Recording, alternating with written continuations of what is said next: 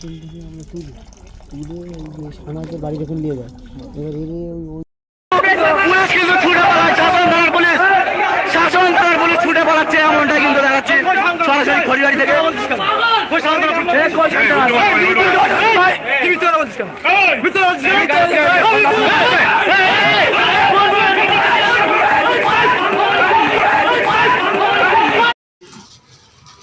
দেখলেন দর্শক, একজন সাংবাদিককে বেধড়ক মারধর করেছে।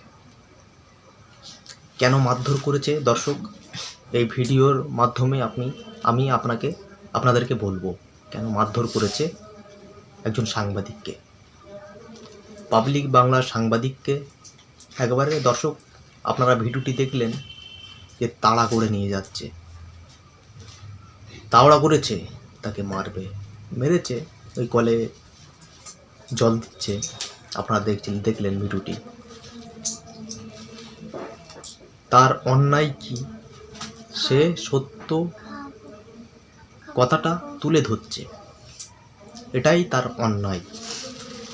সে সত্য কথাটা মানুষের সামনে তুলে ধরছে, সঠিক খবর মানুষের কাছে পৌঁছে দিচ্ছে, এটাই তার অপরাধ। তাই জন্য তাকে বেধড়ক একবার তাড়া করে নিয়ে গিয়ে ধরে তাকে মারধর করেছে দর্শক, একজন সাংবাদিককে। এই হলো আমাদের পশ্চিমবাংলার আজকের অবস্থা। যে সত্য কথা বলবে তাকে মারধর করো, যে সত্য খবর মানুষের কাছে পৌঁছে দেবে তাকে মারধর করো। এই হলো আমাদের পশ্চিমবাংলার এখন পরিস্থিতি। তুমি সত্য কথা বলবে, তোমাকে মারধর করবে। তুমি মিথ্যা কথা বলবে, ফেক খবর করো, কেউ কিছু বলবে না। সত্য খবর করলেই তোমার উপরে অনেক ঝড় জুলুম আসবে। দর্শক কি বলবো, এই ভিডিওটি দেখে আমি একজন ইউটিউবার হয়ে আমি বলবো এটা খুবই অন্যায়।